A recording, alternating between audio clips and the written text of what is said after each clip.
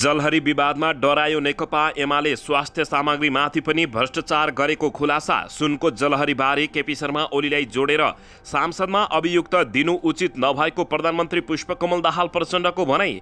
केपी शर्मा ओलीलाई लागेको भ्रष्टाचारको आरोप सांसदको रेकर्डबाटै हटाइयो।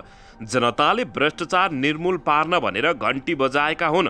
भ्रष्टाचारीलाई नलखेटेसम्म विश्राम नलिने रवि लामिछानेको भनाई। भ्रष्टाचार विरुद्ध काम गर्न खोज्दा चौतर्फी घेराबन्दी भएको मन्त्री रेखा शर्माको गुनासो।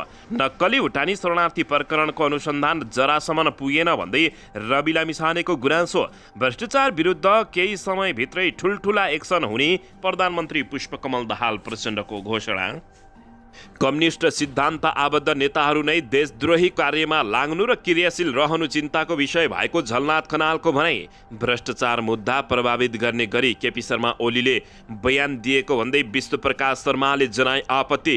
शरणार्थी प्रकरणमा पक्राउ परेका नेताहरू भ्रष्टाचारका हाँगा मात्रै हुन्, ज्वरो खोज्न हामी तयार छौँ भन्दै रवि लामिछानेको बवाल घोषणा। जलहरी विवादबारे राप्रपाका प्रवक्ताले भने शीर्ष नेताहरूको सहमति स्वीकार्य छैन, छानबिन हुनु नै पर्छ। राष्ट्रपतिले नागरिकता विधेयक प्रमाणीकरण गर्नुहुन्छ भन्ने विश्वास लागेको प्रधानमन्त्री पुष्पकमल दाहाल प्रचण्डको भनाई। भने भारत भ्रमणमा नयाँ एयर रुट प्राप्त गर्ने प्रबल सम्भावना छ। विवाद र आलोचनाका बीच सरकारको नीति तथा कार्यक्रम बहुमतले भयो पारित। कुन व्यवस्था अँगाल्ने भनेर सोच्ने बेला आएको पूर्व राजा ज्ञानेन्द्र शाहको अभिव्यक्ति। कालापानी लगायत नेपाली भूमि फिर्ता लिने बारे भारतसँग छलफल गर्ने प्रधानमन्त्री पुष्पकमल दाहाल प्रचण्डको भनाई। रवि लामिछानेलाई प्रधानमन्त्रीको जवाब मुटु हल्लिएको छैन, सरकारको अभियानमा उभिनुहोस्। श्री इक्ष्या प्रधान बनिन् मिस नेपाल 2023। केपी शर्मा ओलीलाई रमेश लेखकले भने म बाहेक अरू नालायक हुन् भन्ने मानसिकता त्याग्नुहोस् र काठमाडौँमा भूमिगत लाइनबाट विद्युत वितरण गर्ने नेपाल विद्युत प्राधिकरणको तीव्र तयारी के छन् त अरू तयारी, यसबारे सम्पूर्ण जानकारी। केपी शर्मा ओलीलाई शर्माको जवाब। शरणार्थी काण्डमा दोषी निर्दोष छुट्याउन तपाईँ न्यायाधीश होइन, ठुला कारबाही हुँदैछन्। जनयुद्धमा झैँ एम्बुसमा परेर मरिन सकिने प्रधानमन्त्री पुष्पकमल दाहाल प्रचण्डको भनाई। भ्रष्टाचारीहरूलाई नलखेटेसम्म विश्राम नलिने रवि लामिछानेको अभिव्यक्ति। आइपिएलको फाइनल आज। आइपिएल फाइनलमा चेन्नई र गुजरात भिड्दै अरूहरूको अगाडि लम्पसार परेर बाँच्नु नेपालीको अपमान भएको पूर्व राजा ज्ञानेन्द्र शाहको भनाई। कोशी प्रदेशमा निषेधाज्ञा। कोशी प्रदेशमा बैठक बस्दैछ। आज अवरोध गर्ने आन्दोलनकारीको तयारी। बानेश्वरमा युवराज सफलमासी भयो भीषण आक्रमण। अब हेर्नुहोस् पुरा समाचार।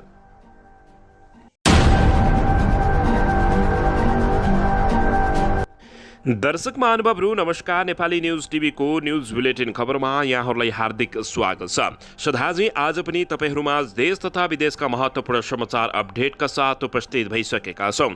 दर्शक महानुभावहरू, हामीलाई तपाईँहरूले कहाँदेखि हेर्दै हुनुहुन्छ नेपाल भए जिल्ला र ठाउँको नाम लेख्नुहोला। यदि विदेशमा हुनुहुन्छ भने आफू रहेको देशको नाम पनि लेख्न नभुल्नुहोला र हाम्रो च्यानल नेपाली न्युज टिभीलाई अहिलेसम्म पनि सब्सक्राइब गर्नुभएको छैन भने सब्सक्राइब गर्नुहोला, साथै सँगै रहेको बेल आइकनलाई दबाउन पनि नभुल्नुहोला।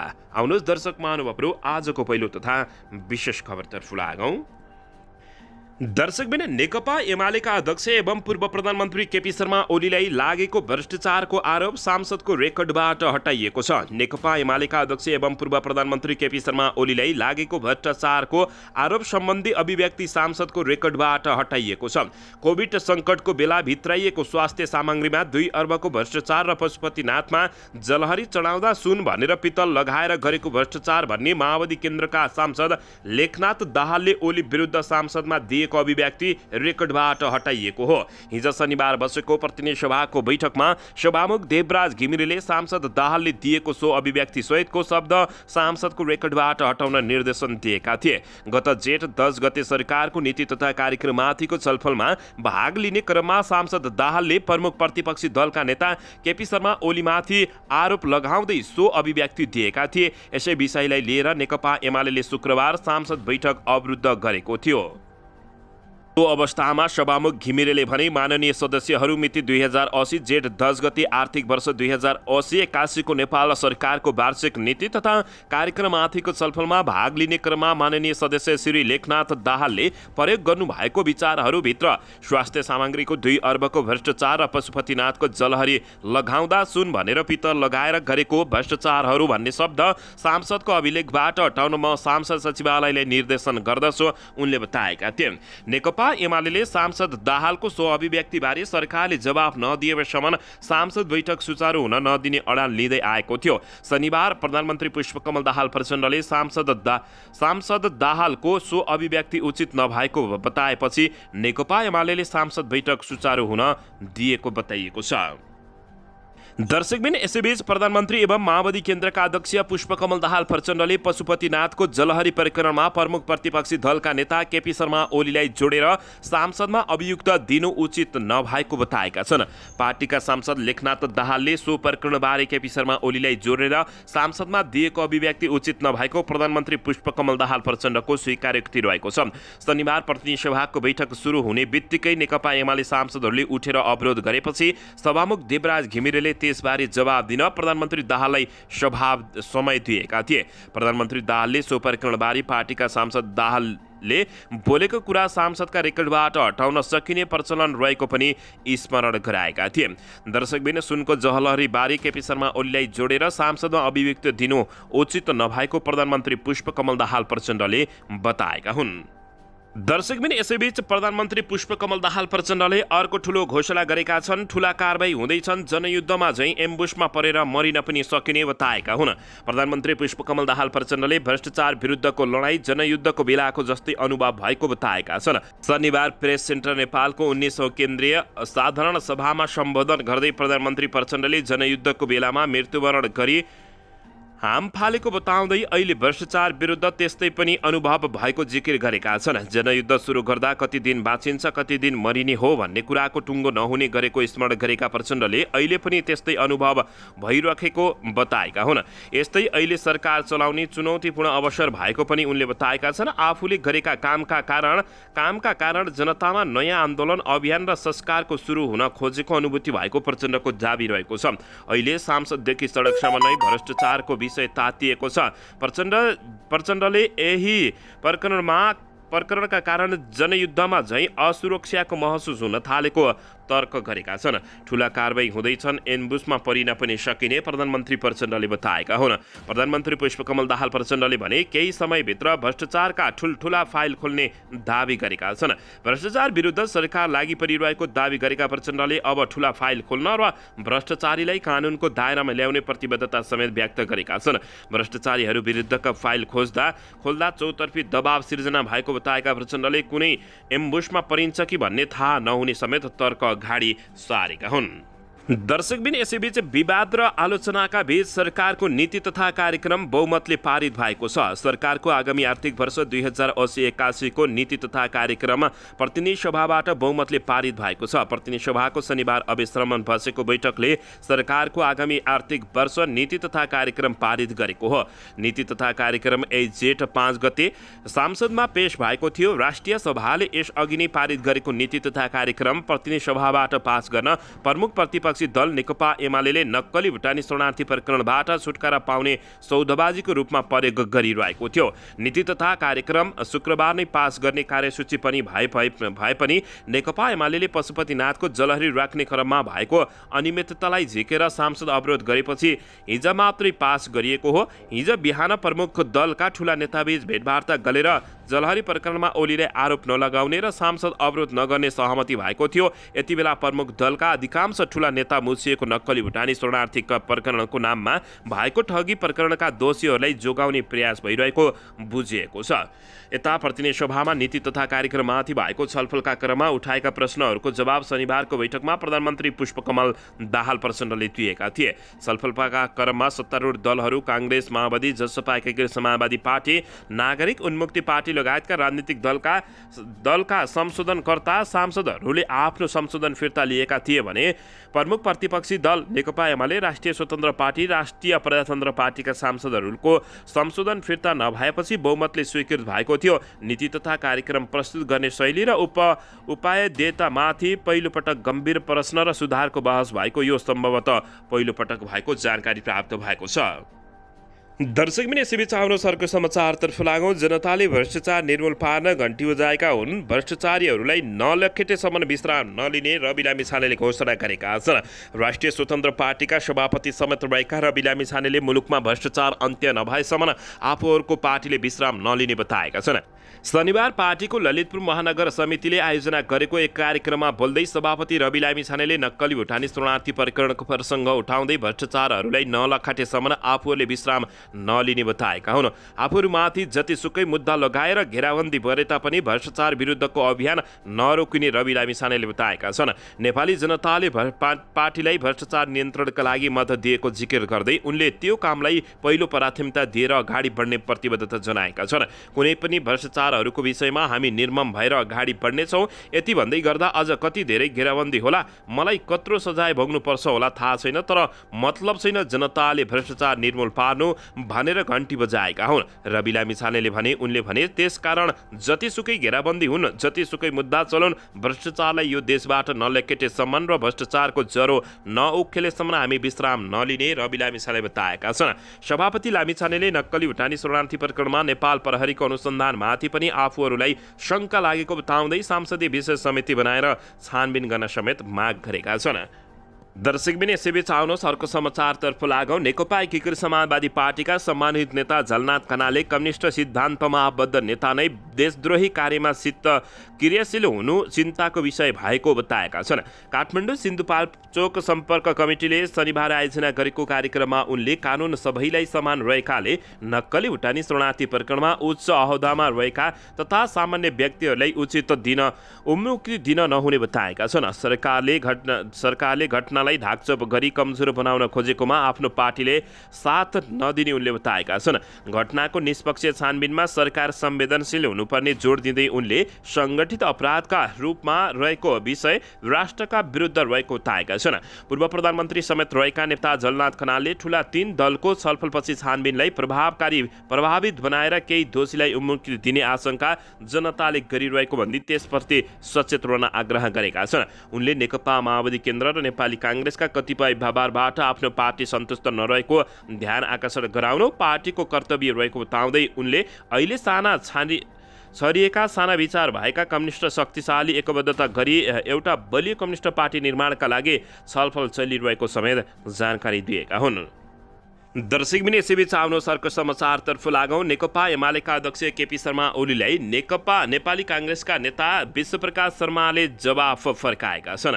नेपाली काङ्ग्रेसका महामन्त्री विश्वप्रकाश शर्माले नक्कली भुटानी शरणार्थी प्रकरणमा निर्दोष र दोषी छानबिन गर्ने कुरा नेपाल प्रहरीले गर्ने बताउँदै केपी शर्मा ओलीलाई तपाईँ न्यायाधीश होइन भन्दै जवाफ फर्काएका हुन्। प्रतिनिधि सभाको बैठकमा बोल्दै महामन्त्री शर्माले यो प्रकरणमा प्रहरीले दोषी र निर्दोष छुट्याउने बताएका छन्। केपी शर्मा ओलीले नक्कली भुटानी शरणार्थी प्रकरणमा निर्दोष फसाउने प्रयास भइरहेको छ भन्नुभयो। को दोषी को निर्दोषी नेपाल प्रहरीले छानबिन गर्दैछ।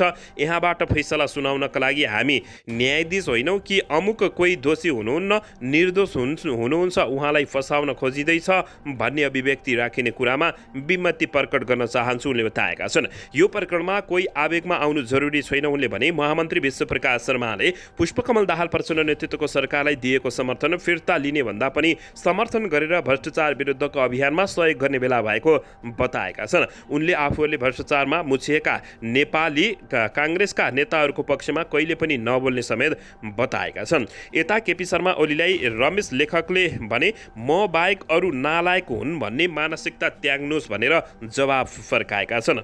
दर्शकबिन नेपाली काङ्ग्रेसका सांसद रमेश लेखकले आफूले मात्र राम्रो काम गरेको भन्ने मानसिकता त्याग्न नेकपा एमालेका अध्यक्ष एवं पूर्व प्रधानमन्त्री केपी शर्मा ओलीलाई आग्रह गरेका छन्। प्रतिनिधि सभामा शनिबार सरकारको नीति तथा कार्यक्रममाथिको छलफलमा भाग लिँदै उनले नेकपा एमाले अध्यक्ष केपी शर्मा ओलीको नाम नलिई आफूबाहेक अरू नालायक हुन् भन्ने मानसिकता त्याग्न आग्रह गरेका छन्। मैले मात्रै गरेँ, सबै कुरा गरेँ, म बाहेक सबै नालायक हुन्, निकम्मा हुन्, बेठिक हुन् भन्ने मानसिकता हामीबाट सबैबाट मुक्त हुनुपर्दछ उनले बताएका छन्। आफू प्रधानमन्त्री हुँदाको समयमा मात्र सारा काम भए भन्ने मनस्थितिबाट मुक्त हुन केपी शर्मा ओलीलाई सुझाव छ उनले बताएका छन्। अमुक 2 वर्षमा, अमुक 3 वा 4 वर्षमा सारा कामहरू भएका थिए, त्योभन्दा अगाडि केही पनि भएन भन्ने, त्योभन्दा पछाडि केही पनि भएन भन्ने मानसिकताबाट सचेत समेत मुक्त हुनुपर्दछ काङ्ग्रेसका संसदीय दलका सचेतक लेखकले बताएका छन्।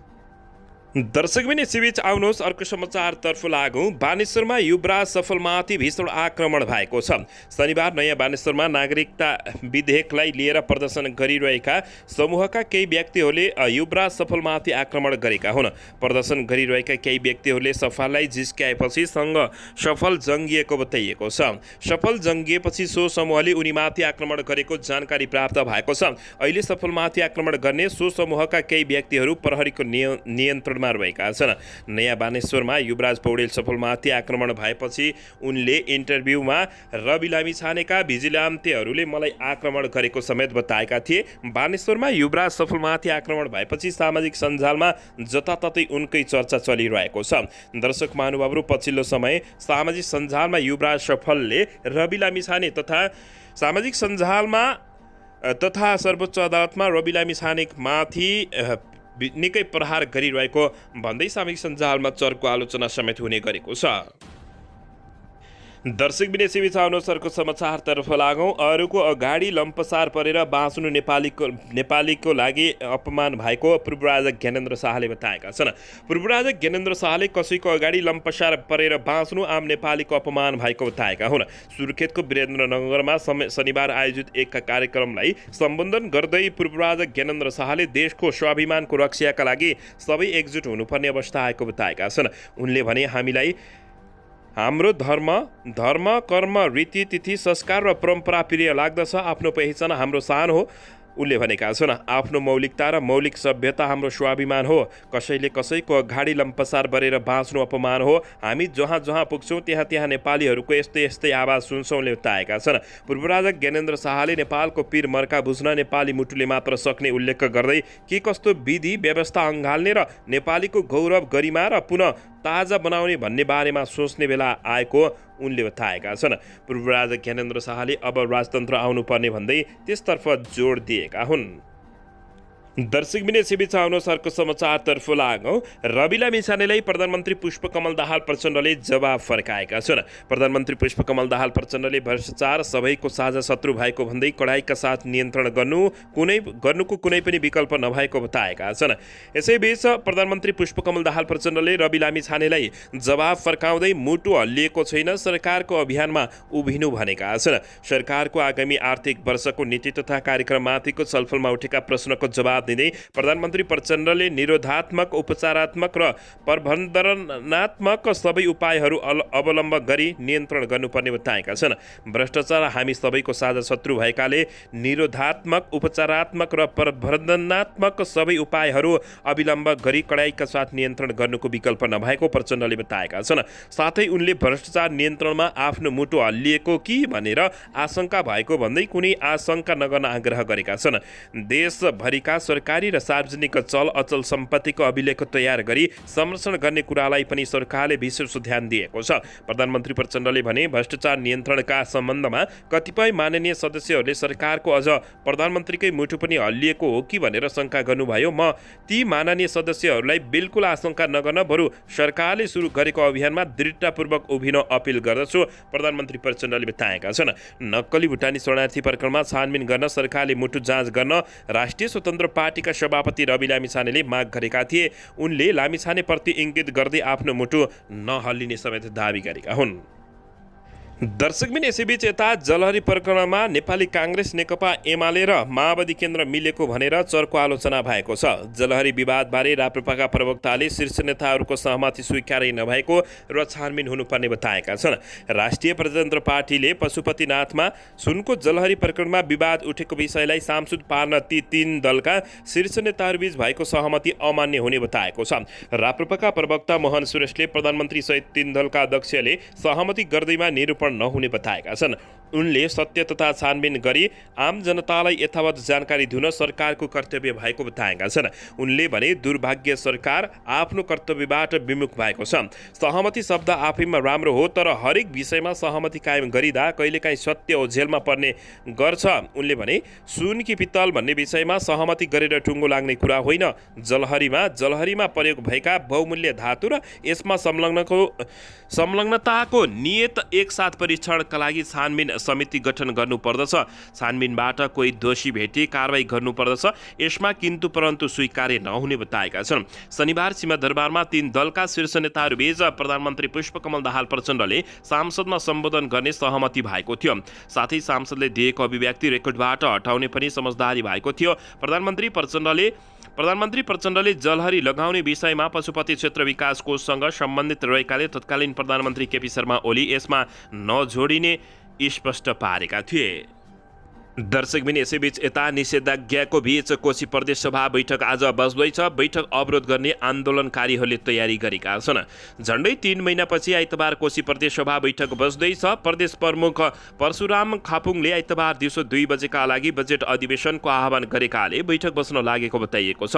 89 दिनपछि कोशी प्रदेशमा बैठक बस्न लागेको हो। गत फागुन 17 गते प्रदेश सभाको 2/3 बहुमतबाट प्रदेशको नाम कोशी राखिएको थियो। त्यसपछि बैठक बसेको छैन। नेकपा एमाले, नेपाली काङ्ग्रेस, नेकपा माओवादी केन्द्र र राप्रपाका सांसदहरूको समर्थनमा प्रदेश नामाङ्करण गरिएको थियो। एकीकृत समाजवादी पार्टीका 4 र जसपाका 1 सांसदले कोशीको विपक्षमा मतदान गरिदिएका थिए। नामाङ्करण भएपछि प्रदेशमा आन्दोलन हुँदै आएको छ। जातीय पहिचान पक्षधरले आन्दोलन गरिरहेका छन्। आन्दोलनकै क्रममा 1 जनाको समेत मृत्यु भएको छ। आन्दोलनका क्रममा प्रहरीसँग झडप हुँदा पदम लिम्बू लाजेहाङको मृत्यु भएको हो भने पटक पटक भएका झडपमा प्रहरी र आन्दोलनकारी घाइते भएका छन्। त्यति मात्रै होइन, नेकपा एमालेका अध्यक्ष केपी शर्मा ओलीमाथि समेत नामाङ्करणकै विषयलाई लिएर पूर्वमा विभिन्न जिल्लामा पार्टीको काममा आउँदा आक्रमण समेत भएको थियो।